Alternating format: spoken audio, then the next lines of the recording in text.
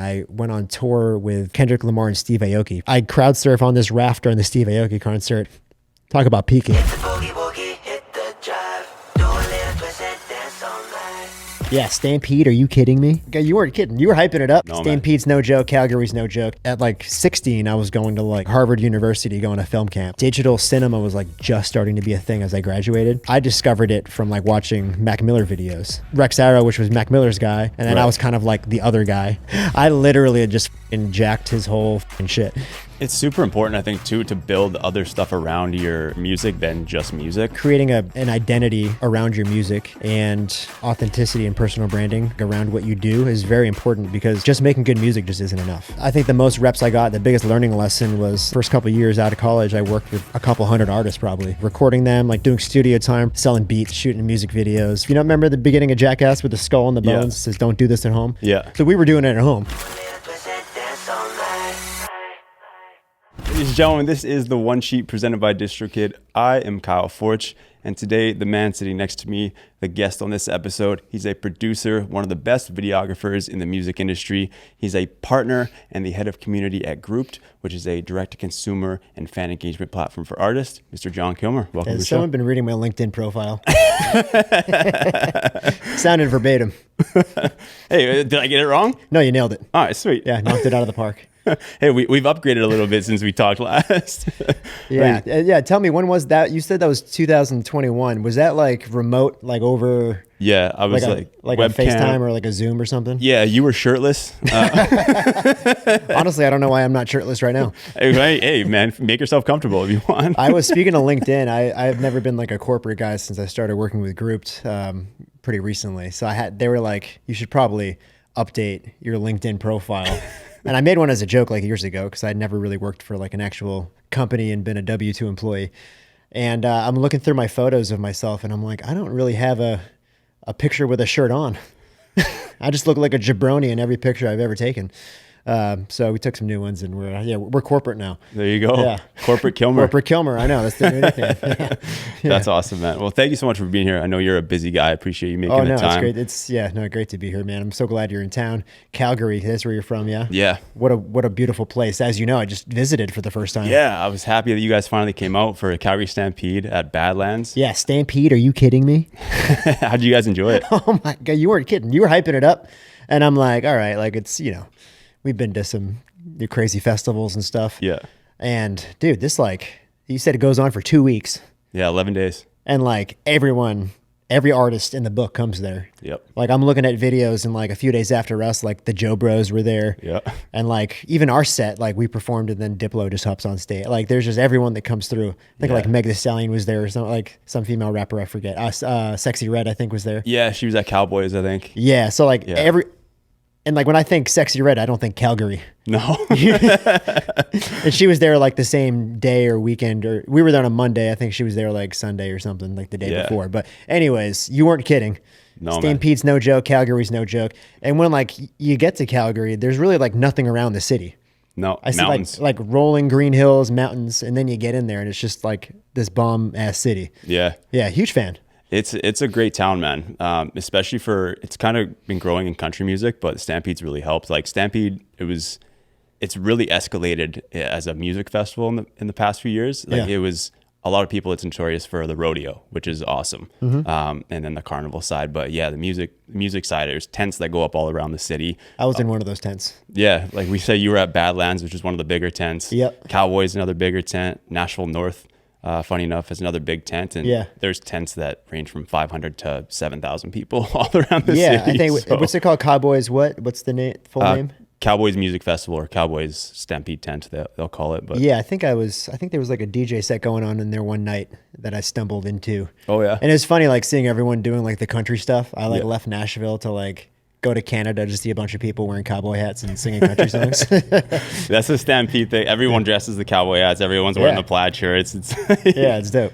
It's fun, man. How long were you in town for that? We were there like 2 days, I think. The day before, and then the day of the show, and then left the next day. Sweet. Yeah, but I've been like slowly meeting friends in Canada, just like through touring and stuff, and there's a buddy I met that lives in Saskatoon. Oh, really? And he's come to a bunch of our shows, and he was there as well. Cool. And honestly, love people from Saskatchewan. I think great group of folks over there. It's funny, the guy that you guys brought on stage at the Stampede show, I was watching Touring's Boring, and he was at the Colorado show a lot more sober on camera than when he was when you brought him on stage. Yeah. It was pretty funny. Yep. But I mean, speaking of Nashville, like you've spent a lot of time being kind of the nomad, or in the nomad life, traveling around every few months. How has it been getting settled in Nashville in one spot for the first time, it seems? Well, that's, I mean, if you ask me on different days, I'll have different answers, but you caught me on a very interesting day today. Caught me in a rare mood today. You know, when they tell you to, like, when you grow up as an adult, you know, they don't really give you the ins and outs on how to be an adult. And if you know, getting a house and living on my own, if someone were to tell me that buying a new couch would be the most challenging part of being an adult, I'd be like, you're crazy. Buying a couch is easy. It's been honestly the biggest thorn in my asshole since the past 2 years, honestly. What's been going on with it? It's, you know, it's the first couch I bought 2 years ago came in just like the most uncomfortable thing you've ever sat in. It's like a torture device from the medieval times. And finally, like, sell the thing. You know, my girlfriend just moves in like a month ago. Okay. So, you know, she has demands, a list of demands. Yeah. We got a new couch. Waited like 6 weeks for the thing to come in because the couch just never shows up right away. So the suspense was like for real. Showed up today. We put it together. I honestly thought it was fine. She used the term that it was an inappropriate couch for our family. No. She hated it. The dogs hated it. After unboxing like half of it, she wants to return the thing. Frankly, I'm just over the whole couch business. To get rid of the old couch, we had to go on Facebook Marketplace and sell it, and that came with its own set of challenges. People lowballing you. All the bizarre people you meet on Facebook Marketplace. It's basically just a notch up from Craigslist. Oh yeah. And just like bartering with pretty much like the scum of the earth. Just trying to, and then of course you got to welcome them into your home to see the couch, to sit on it, and they don't even know if they want to buy it yet. And then you have to convince them to buy the couch that's terrible that you've hated for 2 years. And I went through all that trouble just to get the new couch today, just for everyone in my home to hate it. So that's where I'm at right now. This happened like an hour ago, and then I drove right here. Oh, geez, I apologize. So we're gonna put our positivity hat on. I'm gonna do the best I can. I don't want to take it out on you. Is this couch better? This couch is great. I might just take this one home with me, honestly. I know it's a love seat. Probably not gonna fill out the whole space, but this is a good couch. I like this. How does it compare to the couches on the tour bus? Because I know you guys were just on tour over the summer for the first time in a bit. Yeah. How was? I know we just talked about you settling for once, but going back to the summer now, being on the road again, how was that? And how were the couches on that bus? Well, this past tour was the first time we've done weekend shows only. So we were flying in. Oh, okay. We were flying into every date. We would have 1 to 2 shows a weekend, maybe sometimes 3. But for the most part, we were just flying into a city, doing a Friday or Saturday show or both, and then flying back home for the week. So before that, we were doing the tour bus life. And to be honest with you, like we're all in our mid-30s now, and the tour bus lifestyle just isn't for us. We're just too old. We're beat down. We really just pushed it to the limit for too long. We gave it our all. We left it all out on the field. And with the last tour bus tour we did was like 2 years ago, and we weren't even really drinking that crazy 2 years ago, and still 4 or 5 shows a week. It's a lot. Yeah, it's a lot. How is it logistically getting all the equipment, especially for, I mean, I know the Stampede show is more of a festival show, but for your actual tour stops, what's the difference logistically between, bringing all the equipment on with the bus and flying it? Yeah, this is why everyone hates the video department, because I can fit all my gear in my backpack, and I have no setup day of show. Like, I just bring my gear, I charge a couple batteries, I set my rig up, and I'm good to go. Yeah. Whereas the rest of the gear for the show, you have the lighting and the sound equipment, it's a lot of shit, and usually people have to start setting up around 9, 10, 11 in the morning for 8 hours straight to get ready for the show. Whereas I just roll in at 2 p.m. and I'm just ready to rock. So right off the bat, everyone hates the video department. On top of that, since this was the first time we were doing a different city every weekend, our buddy Versace, who's Mike's kind of facilitator, that's what I'll call him, because he does everything. He does driving, security, day-to-day man. He does everything. Okay. He was literally taking a Penske truck with all the gear from one city and then spending the whole week driving to the next location. Oh, wow. And that was his job, to just basically drive from city to city throughout the week. Jeez. For our next date. So yeah, he was killing it all tour. I mean, that's I can only imagine.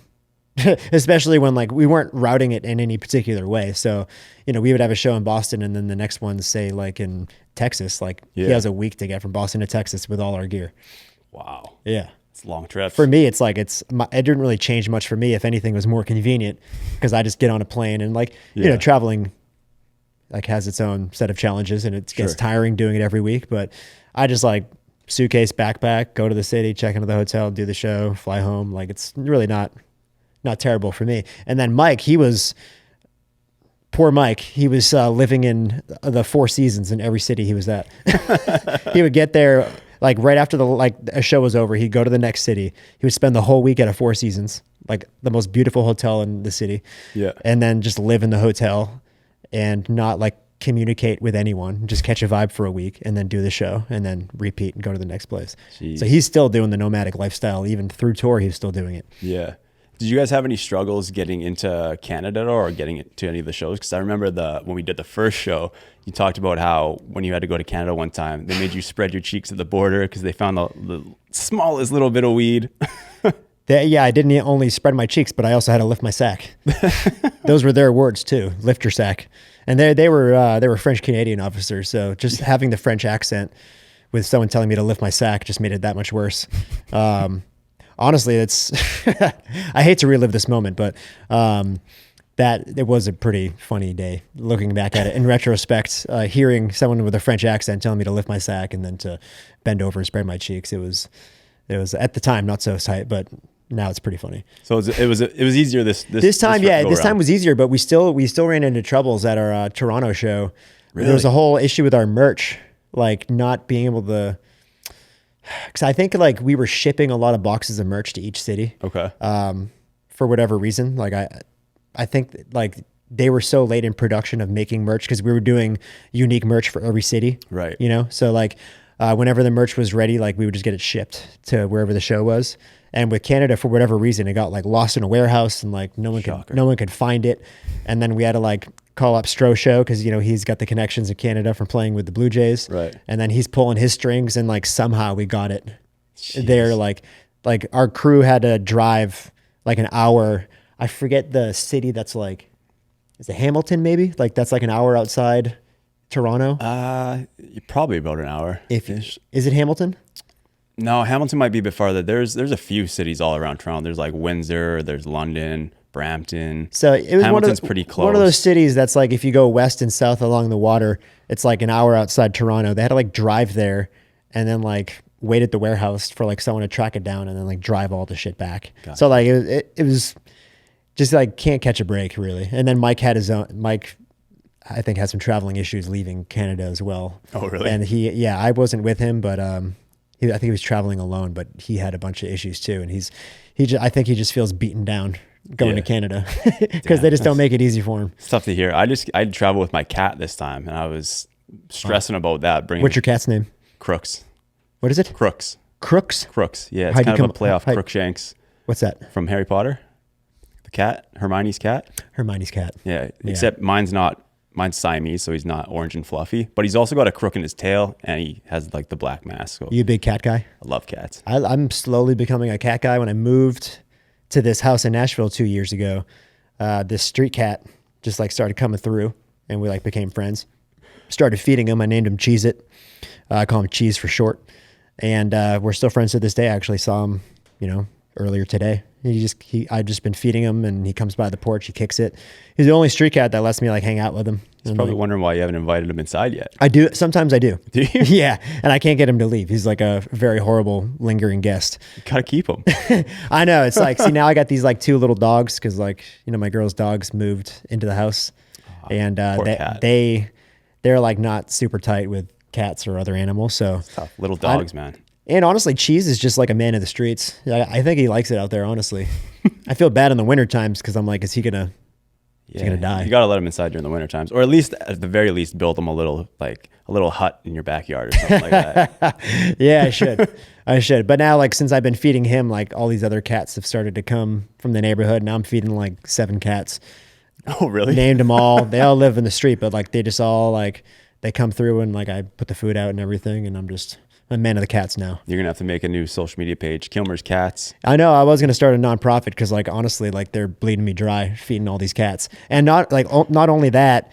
I was like so confused why like I would put out so much cat food and then the next morning it would just be completely gone, and I'm like, there's no way like these cats are eating this much food every day. So like one night I'm like looking out my front door and I see a fucking possum like just chowing down. And my neighbors had told me that like a family of possums live under my front porch. Oh. And at night, since they're nocturnal, they just like pop up on the porch and they just chow down all the cat food. And they were doing this for like a year before I caught on. So now Cost like you so much money in cat food. I know. Like I think I'm feeding cats, I'm feeding possums. Anyways, now I regulate the food. So there you go. Poor possums, but what are you going to do? Let's take it back a little bit. We didn't really cover this in the first time that we talked but how did you get into film and production originally? I know you went to film school, but back like what sparked your interest in videography and production back when you were a kid? Yeah, I was just like super lucky as a kid. My parents put me through like a private middle school and private high school, and I like very much did not like it. It just like wasn't really my vibe. And like a lot of my friends growing up, like they went to public school and I had to go to this other school in my town. And I went there because my brother went there, and truthfully, like it's a good school. Just like the whole like dress code and, you know, take your hat off in like the dining hall when during lunch. Like I just wasn't into that whole vibe at all. I was listening to Blink-182 and like telling people to go fuck themselves. And I was just like a little asshole. So, it like while I was in it, I just like I probably didn't appreciate it. But what came along with that school is they had programs like a video art program and a music program, and I played like guitar in this like school band, and then I got into this video art class where like, you know, they had camera equipment and they taught me how to edit and all that type of stuff. And this was, I'm pretty old, so like this was before video equipment was like very readily available and cheap for people. You know, like I had like a cheap little camcorder with like the mini DV tapes that I'd like run around and shoot Jackass videos. You know, remember the beginning of Jackass with the skull and the bones says, "Don't do this at home." Yeah. So we were doing it at home, and we were doing it, you know, of course we were doing it at home. And it just like, it kind of just started with like a shitty camera, fucking around with my friends, lighting stuff on fire, having this video art class at a young age, like 14, 15 years old, making videos in school, showing them like, you know, we would like show them in front of like the whole school, our films and stuff like that. So and then at like 16, I was going to like film camps, which is like the most nerdy white privilege thing you could ever think of. I was going to like Harvard University, going to film camp. Oh, wow. Yeah. And it wasn't like a Harvard thing. It was just hosted there. But I was just like, I was balls deep in film at a young age, very like privileged and lucky to like be exposed to it at a young age, especially when like today, like film equipment's just a lot cheaper than it used to be. So for sure, I was just like really exposed to it. I really loved it. I wasn't like an academic kid at all. Didn't do well in school. I had like a 2.6 GPA or something, but like the art classes just fucking excelled, loved it, spent all my time and energy into it. So just with music and film, literally like from 13, 14 years old, I knew that like that's what I wanted to do. I don't know what aspect, but that's just what I was putting all my time into and what I enjoyed. So like it did end up translating into what I do now, but there was really no plan as to like what it would translate to when I was just doing it for fun back then. So is that kind of how you improved then, by going to all these different types of camps and stuff? Because I'm a big tutorial guy, whether it's for graphic design or for music production or whatever. Like now tutorials are so readily available for everybody. Yeah, see that. YouTube was like just invented. Yeah. And no one was doing tutorials. So it was really like, I was lucky enough to like have classes at a young age to like learn some stuff. And then obviously once I got to college, you know, I learned a lot more. Right. But a lot of it was just kind of like teaching myself, especially in the music, like music engineering and producing and that type of stuff. Like that was all self-taught. Guitar and like instruments was like for the most part self-taught.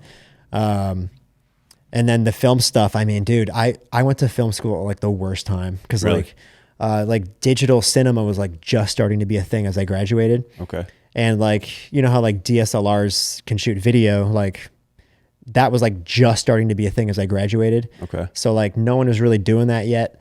I discovered it from like watching Mac Miller videos, and I couldn't figure out like how they were getting this like cinematic looking like depth of field on their shots. And then I found out that like his videographer Rex Arrow was shooting on like a Canon 7D or a Canon 5D, and I was like, oh fuck, I have a Canon 7D, and I was just shooting like photos on it. I didn't even know this thing shot video, and it was just like luck would have it. So like a lot of that stuff, like, and then when I was in film school in college, like they were teaching us our production class to shooting 16 millimeter film. Like, what am I going to do with that now? You know, it's cool, but like the second I graduated, when I was a senior, like those cameras like a red camera. Yeah. The red one, which was the first red cinema camera, like launched my senior year in college. Okay. So like movies were like just like big cinema, like big budget movies were just starting to go digital. And like I wasn't taught anything digitally in film school. So like a lot of that was self-taught. I had to just teach myself as I graduated. So it was a weird time, just with like the way things progressed technologically with video, but a lot of things were self-taught. That shows a lot of discipline. I mean, obviously you have to have the passion to have that discipline, but that shows a ton of discipline to be able to do that, which I think kind of relates to nowadays in music and just being a content creator with social media. Like you have to learn a lot of the basics, at least yourself, to be able to excel. Yeah. I mean, it's reps. Like I'm not going to say I was good. Like I think the most reps I got, the biggest learning lesson was after college. I moved to New York City with some friends. I lived in a shitty apartment, and I had, my bedroom was like this 10 foot by 10 foot box, and like my bed was on one side and like my studio computer was on the other side. And I was just like working with literally any artist that would have me. Yeah. And like being in New York, it's nice because like you have access to like Long Island and Jersey and Connecticut and like the whole Northeast. And like people are willing to come to New York to work because it's New York City. So like I was working with a lot of artists, and like in the beginning, honestly, like I was trying to like learn how to use my gear. I was trying to learn what gear was the correct gear to use. And like, it was just a lot of reps, you know, and working with a ton of people, not making a ton of money, like barely getting by, paying rent.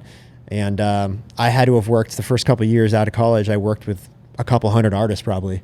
Wow. On all facets of like recording them, like doing studio time for $20 an hour, selling beats for like $100 and shooting music videos for like a couple $100. And then as time went on and like I kind of like figured it out, I like slowly became like a brand within myself, I guess. And a lot of these like blogs helped me out back in the day because there was no streaming back then. So like people found out about stuff through music blogs, and cool. I just kind of became like a figure in that whole little bubble. And then when it came to like shooting low budget music videos, there was like Rex Arrow's guy. I mean, there was Rex Arrow, which was Mac Miller's guy. And then I was kind of like the other guy that also shot the similar style music videos. So it definitely didn't happen overnight, but it was like a lot of repetition and figuring it out. Are you still producing for artists today? Because I know last time when we talked, you were producing for 44 Phantom. For Phantom, yeah. No, I always take a step back. When I come across an artist once in a while that like really inspires me to get back into it, I'm like all about it. And I'd say like that was probably like 4 years ago. I was like producing a lot for him, and I did a lot of developing with him when he was like 18, 19 years old. He'd come out to LA and we'd kind of put his first like EP together and his first handful of tracks. And then I continued on for a little bit, and then he like continued to like really excel. He signed a record deal, all this, and started working with MGK and a bunch of stuff like that. So he's working with like world-class producers now, and I feel like I did my part, and like I can kind of take a step back and get back into, you know, what I have been doing, which is like a lot of media and like project management and stuff, mostly stuff for Mike, you know. Cool. Yeah. So what's most important to you today in terms of like where you want to go? Is it media with Mike and the videography and that type of stuff? Yeah. Is it grouped? As you know, Mike's been talking about retiring. I'm not going to spill the beans on when that is, and truthfully, I don't think he knows when that is. But we're definitely like closer to the end right now. That's so sad to hear, man. Yeah, it is. But at the same time, you know, I've been working with Mike for 14 years now, and you know, we've had the same experiences, and we're the same age, and I get it. You know, like we're both 36, and you know, I'm unmarried and I don't have kids, and I think we just want to focus on different aspects of life that are interesting to us, because like we've literally, you know, this has been an independent operation since day one. The team's always been very small. Like we've just figured shit out as we went along. Yeah. And I think like I know he is, and I am as well, just like excited about this other side of life that doesn't involve like just putting your head down and grinding and grinding and grinding and, you know, putting out this content and this music and going on this tour and this merch. It's like that we've literally just like never picked our heads up for 14 years. So like obviously some things fall by the wayside when you live your life that way. And I haven't been able to devote a ton of energy and my life into relationships, and I'd like to do that. You know, I'd like to have, you know, a family and stuff like that. So I think he's just kind of feeling that same way. And he's interested in kind of like the obscurity of not having to worry about promoting himself all the time and being like just the center of attention and, you know, like the guy. And I totally feel him on that. Like I would love to wake up someday and like not have to worry about posting 17 things on Instagram. Like that would be so sick. I can relate to what you're saying about wanting to settle down a bit too, or even just from the relationship aspect. Because my girlfriend and I just broke up, and one of the reasons was because... Sorry to hear that. Thank you. One of the reasons was because I want to move to Nashville, and I'm here for a month right now. Like I never know what's going to happen. Like I was upfront with her from the start. Like I was like, hey, I could move next week. It could be next year. I really don't know, but I'm at the point where any opportunity that I create or that comes up, I have to take it. Yeah. And I'm still in a point where I have to be a little bit selfish. And where kind of from what you're saying, you guys have been able to, you're getting out of the being selfish part and wanting to be more selfless and focus on building your relationships. Yeah. And honestly, like sorry about your breakup, by the way. Thank you. And that's good for you, honestly, for like putting yourself first, because I know that's difficult. And you know, it's right for you and you're taking those steps. So good for you. I'm proud of you for that. But I mean, we weren't doing ourselves any favors over the years. I mean, like we had the whole like party side of us for like over a decade. And like, I'm putting that lightly. Like we partied more than anyone, like literally anyone for 10 years straight. So like that lifestyle was not conducive to being in a real relationship. And I tried, you know, a lot, and it just didn't work out, obviously. Yeah. So, you know, we're all like trying our best to mature, and, you know, we still feel like kids. Like Mike was just saying that this past weekend, he's like, I still feel like a fucking kid. Which is, I guess, is nice to like feel youthful and stuff like that and have the energy. But at the same time, like we were living so irresponsibly, and like I've had some close calls where I'm like, I don't even fucking know how I made out of that alive. Honestly, like there was some really close calls sometimes, and I'm glad that's kind of all behind us now, and we're moving on to better things in life. Yeah, I can relate to that too. Just from being in Nashville I lived here 7 months in 2022, and I stopped drinking after the second time. It'll be 2 years at the end of January. But the first month there, I spent 45 grand in Nashville just partying, basically. In 7 months? In a month. My first month in Nashville. You spent 45 grand? Yes. In a month? In a month. Doing what? Fucking Aldi's. Bottle service. You gave Aldine's 45 grand? Boots. I was like, jeez, Louise. I came down with some crypto money, and I was like, I'm gonna produce all these records, and oh my god, wait, you blew most of it. I guess my invite got lost in the mail or something. Jeez, you weren't in town.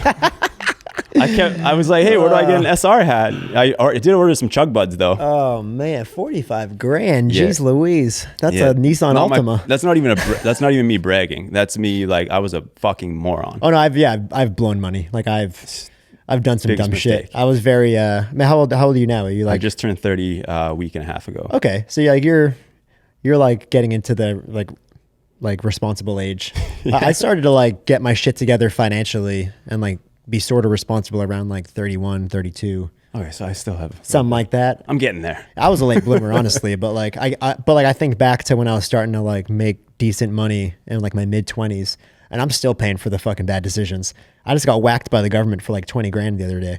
Oh shit. For back taxes from like 8 years ago when I lived in New York. I had like a whole like Airbnb ring going on 8 years ago in New York City. And I just like didn't pay taxes on all the money I made on Airbnb for like 3 years. Oh no. And the state of New York was like, yeah, you owe us 20 grand. Just whipped it right out of my bank account. Damn. Yeah. That's crazy. Just for being a dumbass, you know? And like, of course, all the money I made back then, I like blew it. Not on dumb stuff, but like, I had Jon Kilmer Studios, like this studio that I built in the middle of Manhattan, like with a balcony overlooking the Empire State Building. And Mike made a ton of amazing stuff there. Have no regrets, but like just hemorrhaging money as a kid, saving nothing, investing nothing. Yeah. Yeah. I used to be very good at saving money when I was a kid, and then Piggy banks. yeah, and like I would save up. I remember I would save up $100 for like an MP3 player or something, and I thought I was like, oh, I have $100, like whatever. And now Life was simple. yeah, life was so much simpler. Special thanks to our presenting sponsor, DistroKid. DistroKid is a service that more than 2 million artists use to put music into online streaming services such as Spotify, TikTok, Apple Music, Pandora, Amazon, Instagram, YouTube, and any others that you can think of. They don't even take a commission and offer unlimited uploads for a yearly subscription fee as low as $22.99. As many of you artists know, this is vastly different from the traditional model, which charges you up to $40 per release. And on top of that, they take up to 9% of your sales and streams. DistroKid also offers automatic payment splits, so you can easily pay your collaborators or be paid if you collaborate with someone or work on a track or album if you're a songwriter, producer, feature. And for all you cover artists, you can even upload your cover songs for $12 a year on DistroKid rather than paying a per release licensing fee. On top of all of that, they offer several free promo tools for DistroKid members and have several additional services like DistroVid for music video distribution and Mixia, their instant mastering service. If you're curious about artists who have used DistroKid and want to hear more about it from them, check out some of the testimonials at distrokid.com/love. DistroKid's goal is to reach more independent artists so that they can get their music out there. Use our promo code THE1SHEET for 30% off your first year when you sign up for a new DistroKid membership. Again, that's THE1SHEET for 30% off your first year when signing up for a new membership.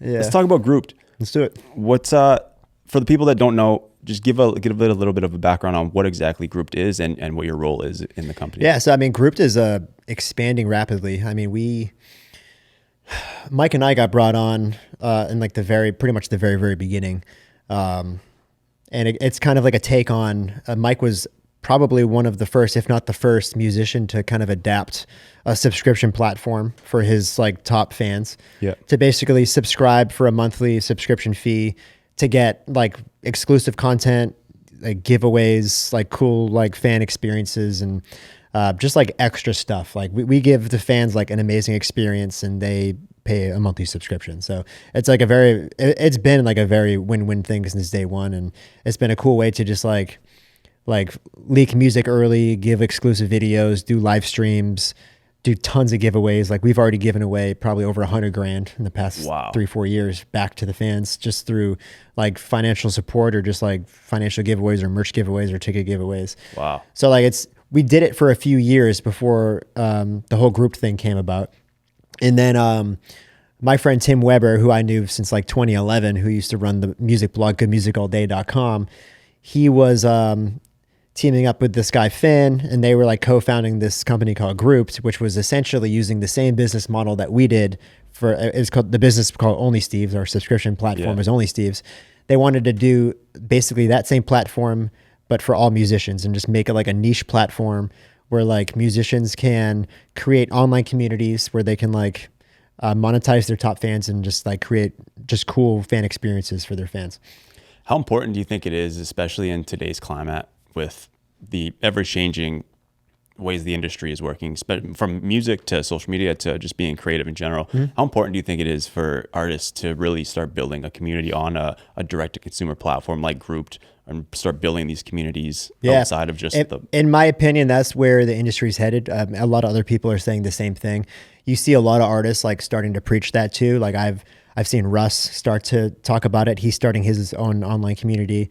J. Cole just released something recently. I think it might have been today or the last couple of days. He just released this audio project that's direct to consumer through another like community platform where he released like a 10-part audio series where he leaks music, and it's kind of like an audio book / like leaking music and stuff like that. And that's like a monthly subscription thing as well. So like a lot of big players are starting to catch on, and they're starting to see that like this is like, because I mean there's about 9 million artists right now in the world that are like on streaming platforms, like 9 million, and that number seems low to me. And that, I mean, I don't know, I read that somewhere. I mean, so you can fact check that, I might be wrong, but and there's like 100,000 songs going out every day. Like it's just going to keep going up, especially with AI, and it's just like, it's going to keep being more oversaturated, and it's going to be less about going after the masses and more about kind of honing in on your top 5% of fans that really fuck with you, creating a community, and giving them the best experience possible and just monetizing those people that actually care. I think that's where the industry is headed for everyone. Yeah, it makes sense, especially as an independent artist. But I mean, even you see major artists that are starting to go that route too. Yeah. And I think what's your take on independent versus major label to now? Because I know we talked about a little bit before, and there's so many changes in major labels. Like today, you see talks of mergers, you see staff constantly being turned over. Yep. But now you also see more successful independent artists than ever before. Yep. So what do you think the direction that the industry is going besides just a direct to consumer markets? Do you think more artists are going to stay independent? Do you think the major label side is going to start changing the way they do things? The major labels have to adapt or they're going to fail. I mean, you already see a bunch of majors starting to have massive layoffs. Their business models are failing. A lot of what they do is starting to be exposed. It's a lot of smoke and mirrors. Yeah. People are starting to realize that they're nothing more than just banks, and they give out loans. And if you don't pay it back, then you owe them money. And they're going to have to adapt. I wouldn't be surprised where this kind of happened in the distribution business, where every major label kind of created their own distribution company, like their own DistroKids or whatever. Yeah. And that's how they made a lot of money doing that. I think that this next wave is they're all going to start creating their own online community platforms for their artists, because they're always the last to catch on, funny enough. But I mean, I'm sure they're already starting to see that a lot of big artists are starting to do these online communities, and there's a lot of money to be had. And it's like good, honest money, because like it's a fair exchange of like really giving what your fans want, and the fans that actually want to support you are supporting you. So it's less about like, stream farms and like getting all these fake streams and big numbers to make you look famous. Like, I hope that all goes away, because it's like that stuff's whack to me. But it's really just about like just caring about the people that actually fuck with you, and there's more money to be had that way. Like there really is. And like we're a proof of concept. Like Mike is making, I would say, just as much, if not more money off his online community than he is off of streaming platforms.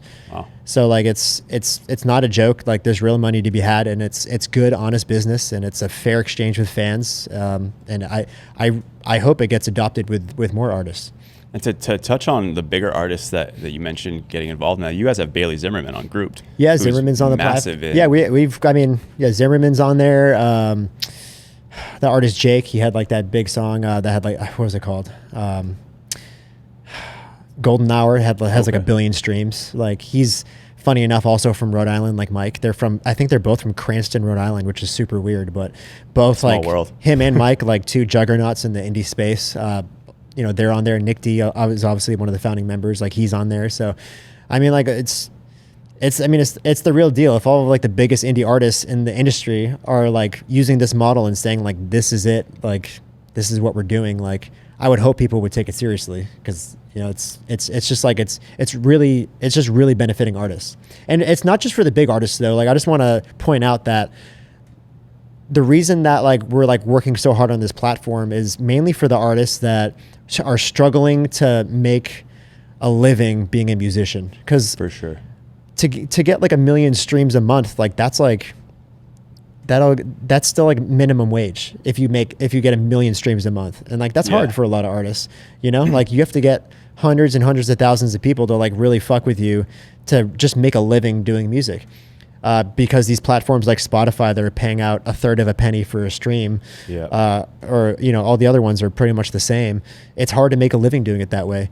Where if you're going direct to consumer, you really only need a couple hundred people to really fuck with you and say like, for $8 a month or $7 a month, this is what I can provide you. And you're making that extra money on top of the streaming. And then all of a sudden you're getting an extra couple grand a month. You don't have to have that side job anymore, bartending or whatever it may be. You can just be a musician. Right. And you can appeal to the fans that actually matter, that actually really like you, that like really want to support you. It's super important, I think, too, to build other stuff around your music than just music. Like you guys do it so well, whether it's merch, whether it's a podcast, or whether it's just different streams of income that you can use as leverage. Because I see like there's a lot of artists with big social media platforms, or even just a lot of people with big social media platforms that there's a lot of brand deals that you can get from that you can use that, put it into the music if you're, struggling on the music side, or if people aren't listening, or just to help promote it. And you see it a lot in hip hop, and it's something that you guys have done really, really well. It's something that you see like 50 Cent's done really well. You see like T-Pain now is gaming, streaming, and he's big streamer, yeah. He said he's making more playing video games for a couple hours than he ever did off of his music. He's like 7-Eleven paid me $250,000 just to say that I was using one of their products during a stream one day. Like, it's crazy. Yeah, if anything, not just monetarily, but and I think what Mike's done so well and what we've done over the years really well is that creating an identity around your music and like a personal brand, if you will, like authenticity and personal branding, like around what you do is very important, because like just making good music just isn't enough. You know, it's especially today with so much oversaturation and so many artists and so many people to pick from and listen to, like you need to give your listeners like more to cling on to than just a good song. For sure. And like things like a podcast or any type of video content, or there's so many different ways. And like those things, like what you said, like what T-Pain's doing, like streaming, like just ways to let your fans know who you are as a person and give them more things to latch onto. That's just going to create a grassroots fan base and create more longevity with your career, in my opinion. Because especially now, I think with algorithmic stuff, people are just so like, they just want to, because they can blow up overnight, Yeah. But unfortunately, what comes with that is it can be a flash in the pan, and you can have a viral moment, and then a year later, no one gives a fuck anymore. Yeah. So I personally, like, I like the way we came up, because it was just like very brick by brick. There was no viral moment. It was just like a lot of consistency, a lot of content, a lot of vlogs and tour vlogs and podcasts, and just like constantly putting ourselves out there, creating a personal brand, and like really giving fans something to latch onto. And that's why, like, we come to like our shows this past year, there are people that are saying like, oh, this is like my 6th show, my 7th show. I've been a fan since 2013. Like, wow. I think that's why, like, I think we created a community in like a very communal feel, because we've just put so much of ourselves out there besides just the music. Yeah, you guys have one of the best fan bases I've seen for any artist or any creator in general. Truly blessed. So blessed. It's amazing. And touching on podcasts, like you guys did a great job with YNK. Ball Don't Lie was a great one. You also had one with Nick D called Independent. Are you still, what's going on with you guys in the podcast? Like, are you still, I know the YNK kind of went to the live podcast on tour. For now, yeah. Now, but what else is going on with podcasts? Because I know Independent hasn't had an episode I know. a while yeah, so like Independent was cool. I stepped in because obviously Nick started that with Connor Price. Right. And that was like their thing. Another Canadian, shout out. Nice, hell yeah. And I actually didn't know that. Yeah, he's from Ontario. And then I kind of got brought in, not to like take over full time, but just to like get the ball rolling again with the Independent podcast. And we did like 5 or 6 episodes, and that was cool. But then like we kind of wanted to like rebrand into something else, because like it wasn't my brand to begin with. It was, Connor's and Nick's and stuff like that. So we actually just launched a new artist community called The Artist Community. And it's on the group platform, and Nick's a part of it as well. And we kind of kicked things off a couple weeks ago by doing like a music submission contest where musicians can like enter in a song with an empty verse, and the winner will get a free feature with Nick D and $1,000. So cool. Like, we're launching this artist community with, it's not necessarily a podcast, but we're still going to do like interviews and just create like a lot of cool experiences and resources for artists to have, for no cost, and just to create like a really dope community for artists. What side of the camera do you like being on more? Do you like being on the podcast side, being, the personality, or do you like being the creator or the director or the producer, so to say? I think both. I mean, with when we were doing YNK, like I was kind of forced to do all of it. I think like my biggest accolade is when we did the episode with Baker Mayfield, and he was like breaking the story with us about the whole like getting dumped by the Browns and all that. Yeah. He wouldn't talk to anyone, and he's like, we were living in Austin at the time, down the street from his house, and he was the homie. So like he's like, we'll let him tell the narrative, and obviously we're going to be straight up and let him have creative control and stuff on what comes out. So sure. he did the interview with us, and I'm literally like running the entire interview with like 5 microphones, 3 cameras, like putting up blankets to block the sun out of the window and co-hosting it and running the sound and running the, so I'm like running this entire thing by myself and co-hosting it. And I'm just like a wreck the entire episode. and I mean, we pulled it off, but, I was just, those scenarios, I've just always been like forced to kind of be the jack of all trades and like do all of it. And like most cases I am kind of on the show too, as like a co-host and producing it at the same time. So, to answer your question, like I enjoy doing it all. Like I feel like I have something to say. So like I can contribute to whatever narrative or conversation we're having, but then the creative side too, I love doing that too. It kind of just circles back to what we mentioned before. Like you have to know how to do a little bit of everything at the minimum. Skill stacking. Yeah. Yeah. And you're great at everything that you do. Well, it's wild, man. Like I got such conflicting advice growing up. And I think times have changed. So like you listen to old people give you advice, you shouldn't listen to them when it comes to this. 'Cause older people have said like, dude, you're all over the place. Pick one thing and be really good at it and just do that one thing. And I hate it when people say that. And yeah, and like really successful people were telling me that, like really like old, like super old, but like really successful people were telling me that. And I just like couldn't, I was like, I don't know. Like I love music. I love engineering. I love producing. I love videos. I love like, there's so many things I love doing. And like, and yeah, maybe I won't be the best at one thing because I'm not putting all my eggs in one basket. But if I'm really good at like 8 things, I think that might pay off down the road. I don't know how. And I wasn't really thinking about it too much, but for me, it did pay off. And like podcasting is a great example. When you say like, what side do you like to do? Like I was one of the few people that came up learning music production and film production at the same time. And I love doing both. I consider myself a professional at both. And when it came to doing podcasts for Mike, it's like, he doesn't need a crew of 3 or 4 people. I roll in, I have all the camera gear, all the sound gear. I know how to mix and engineer and video edit and all that.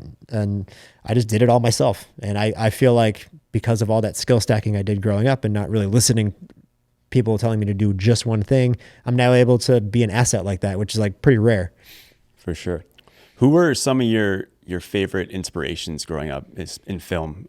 In film, geez. Yeah, like can you give me your top 3 filmmakers if you can? Yeah. Doesn't have to be in order. Yeah, no, I'm just going to shut off what comes top of my head. I mean, I got to give my roses to Rex Arrow, who's Mac Miller's videographer coming up. I mean, if it wasn't for him, like, I don't know if I literally had just fucking jacked his whole fucking shit. Like, admittedly, like he had a certain style of videos and like Mac Miller's videos were fucking so sick. Like I used to get so excited just going on YouTube and watching his new music videos. And like a lot of what I modeled my videos after with all these artists I worked with were pretty much his stuff. So like I got to give him his roses, Rex Arrow, like fucking, like if it wasn't for you, I don't know if I if I would have even gotten anywhere, you know, honestly. So got to give my props to him. As far as like cinema and stuff, shit. I love, my favorite movie of all time is Almost Famous, which is written, directed by Cameron Crowe. I'm like fascinated by Cameron Crowe. I think he's a great filmmaker. He also, if I'm not mistaken, I think he wrote Fast Times at Ridgemont High too.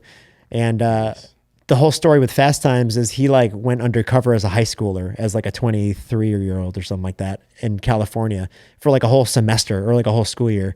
And he pretended to be a high schooler just to like take notes for this book, which ended up being the movie. That's crazy. So like dedicating that to your art, I think that's fucking cool. Almost Famous. It's about like a young 15-year-old journalist who wants to be a rock journalist who goes on tour with one of his favorite up and coming bands.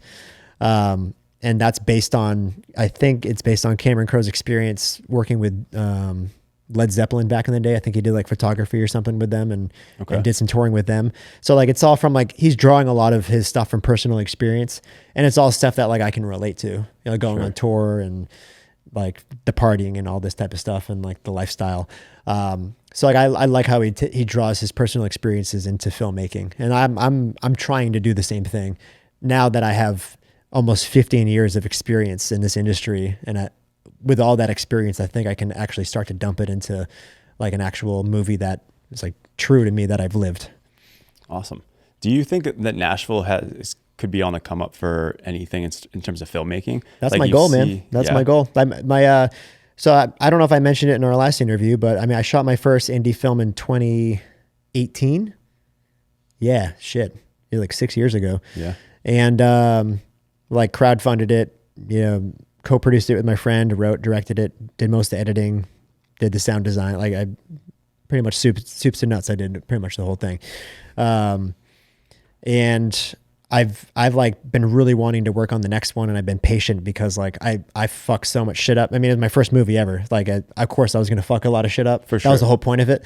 That was like me in our first podcast. I was like, man, I sounded like that. People are afraid to dive into, I mean, making a movie is like the impossible task. It's the hardest thing I've ever had to do. And like, I can see why a lot of people would like hesitate to just dive into it, but I dove into it. And I'm really proud of myself for doing that. And like, I knew it wasn't going to be perfect. And to this day, when I watch it, I gag and I want to puke.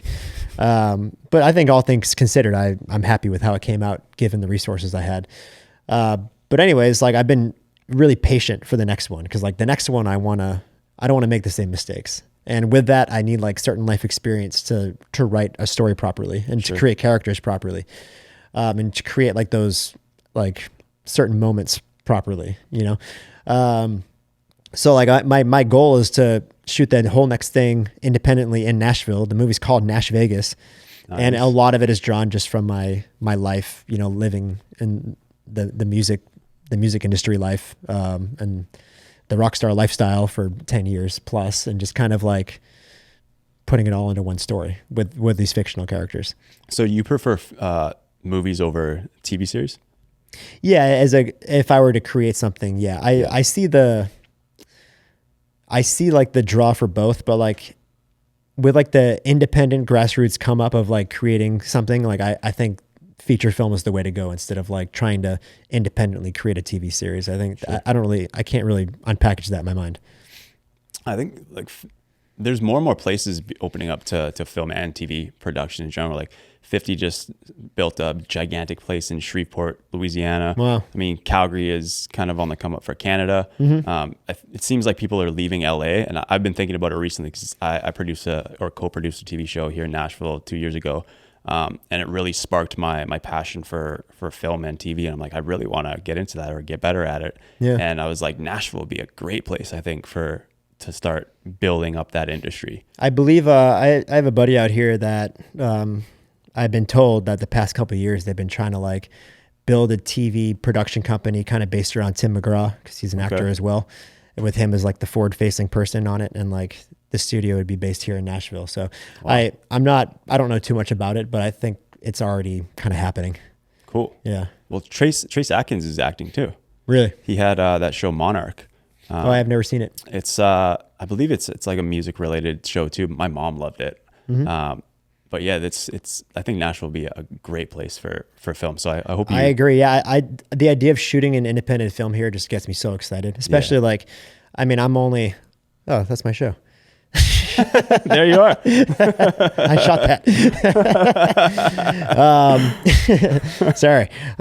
Yeah, just living here for 2 years and like showing the side of Nashville that isn't the side that tourists see. Yeah. Because I think there's a huge dichotomy of like going to Broadway and visiting here and seeing what like from a tourist perspective, and then from like an actual person who lives here who like knows Nashville, and then showing that side in a movie, I think is just so exciting to me. What would you say the number one thing is about Nashville that the tourists don't really get to see or appreciate? I don't know, man. Like obviously like people just are really on the whole country thing, and this city, I mean, I've only been here a few years, but it's becoming more than just country music. Absolutely. And I don't work in country music, and I work with a ton of artists out here, and none of them are country artists, and they might be a little country inspired, but for one part, like I like my whole next film is about kind of like an ex rock star who is like not country, but like a rock star. And he's kind of just like living in Nashville now, like dealing with some shit and no longer making music, and kind of like going down this spiral of chaos. And, I think it's cool to me, like having like this rock star character who has nothing to do with country living in Nashville. Cause I think that's very like possible today. Like it's not just cowboy hats and boots and stuff like that. No, not at all. I mean, that's the dress code for sure for tourists, for sure, but for the bachelorette parties. But yeah, there's more and more artists of all. I mean, the influencer crowd in Nashville is getting kind of nuts too. It is, all the influencers. And are of course, from like LA. people have their spots here that aren't tourist spots, and like I've made like a lot of great met a lot of great people and have made a lot of great relationships with a lot of places around here that I'd love to just like feature in the movie and show the real side that we know. And sure. I think that's very possible now because, like, you know, this place hasn't gotten bombarded yet with TV crews, really. Yet. Yeah. Do you have a time frame for your movie, or are you? It's tough. I mean, like I'm trying to. I don't want it to conflict with like the stuff with Mike because we're really like on the sunset right now, and like I want to give it my all, and I don't want to share like I just don't want to half-ass anything. Yeah. And like doing a movie, like it takes. I was lucky enough to do it in 2017, 2018 because like he was rebranding from Mike Stud to Mike. There wasn't a lot of stuff going on. Okay. No touring. Like we weren't shooting a bunch of stuff. So I was kind of just sitting on my ass for a year. That's why I kind of just did it because I was like, I have the time. And now it's like we have so much stuff going on. It's the biggest it's ever been. It's the busiest it's ever been. Like I'm not going to like half-ass it and go make a movie. That's just, so I don't know. I can't really give a time frame, but if it could be done in the next couple of years, that'd be awesome. That'd be sweet, man. Yeah. I'm looking forward to it. Yeah. It sounds awesome. Yeah, I'm excited. We only have a couple more minutes before you got to get out of here, but couple more things for you. You don't have to say any names, but what would you say is the craziest story, whether it's working with a celebrity or an artist or a producer or in film? It could be funny or fucked up. Yeah, I'll leave the Mike stuff out of it for legal purposes. Yep. Well, I said don't say any names, so he's already out of it. No, I mean, we had a lot of crazy times. That's not a mystery. I mean, we put it all on the internet for a while. Yeah. But besides Mike. Yeah. No, I've done some other things. I mean, I was I don't even know how I pulled this off, but I was super fortunate enough when I was 25 years old. I was like 2 years into working in this industry, and I went on tour with Kendrick Lamar and Steve Aoki for like a month and a half. Did like 35 college show dates. My friend was producing the tour. His company was producing the tour. So he like just hit me up and he was like, "You want to film this tour?" Jeez. I was like, yeah. No kidding. Yeah. I'm like, easy. Yes. Pay me. Don't pay me. I'll pay you. I don't care. And like Kendrick was just starting to like really blow up, and all the shows were like, they weren't huge, but they were like 10,000 person shows, like anywhere from like 7 to 10,000 person shows at all like these big state schools along the East Coast. And dude, it was just, especially touring with Steve Aoki, man, like he was the homie. And like, I remember my 25th birthday fell on that tour, and I just took like a fucking ton of Molly one night, and I'm supposed to be filming, mind you. So like I'm on the clock, and like, oh, you took it during the show? Oh yeah. Like before the show, I'm like, I'm getting fucked up. I don't care. Like, I don't care what the footage is ass. Like, it's my birthday. I don't care. And like Steve Aoki does like a lot of cool shit during a set. Like he's known for like throwing a cake at people in the crowd. And he does this other thing where he has a white water raft, like this huge white water raft, and he like gets in it and they crowd surf the raft, you know, throughout the audience. Yeah. And that night, he like, I think he saw me wearing like a stupid like birthday hat, like it's my birthday hat or something like that. And he's like, "Oh, you're coming on the raft tonight, dude." So I'm just rolling my dick off, wearing these like stupid ass sunglasses and this dumbass like Jersey Shore like marker hat that says like 25th birthday or something like that. And I'm like, I crowd surf on this raft during the Steve Aoki concert, and I forget where we were, honestly. I don't even know where I was at that moment in time, but that was like, talk about peaking. Yeah. That was Jon Kilmer's peak, I think. Unreal. That was a time and a half. Yeah, that was nuts. That's hilarious. Yeah. That's awesome, man. The last thing I'm going to get you to do or ask you to do, I have a little card here. I'm just going to get you to, or ask you to write something on it. It's for anyone watching that could want to do what you do, whether it's videography, production, anything along those lines. It could be a piece of advice. It could be a thought, whatever you want. We're going to write it on or off camera, and then I'm going to post it with the video. But cool. Thank you so much for doing this again, man. I really appreciate it. It's great meeting you in person. Great to meet you too, dude. For the first time in 3 years or 4 years, I think we've connected. So it's nice to be in Nashville and finally meet you in person. Well, if you do move out here, you know somebody. Yeah, I appreciate it. I'm around. Thank you, man. Yeah. Appreciate it. Good luck with the cats. I hope they survive the winter here. Me too. And, I hope so too. Shout out Cheese. Hopefully you get this couch situation figured Thanks for reminding me, Kyle. Sorry. Positive vibes. I'm positive that you're going to figure out the couch when you get back. Thank you. I hope so. All right, man. Thank you, everybody.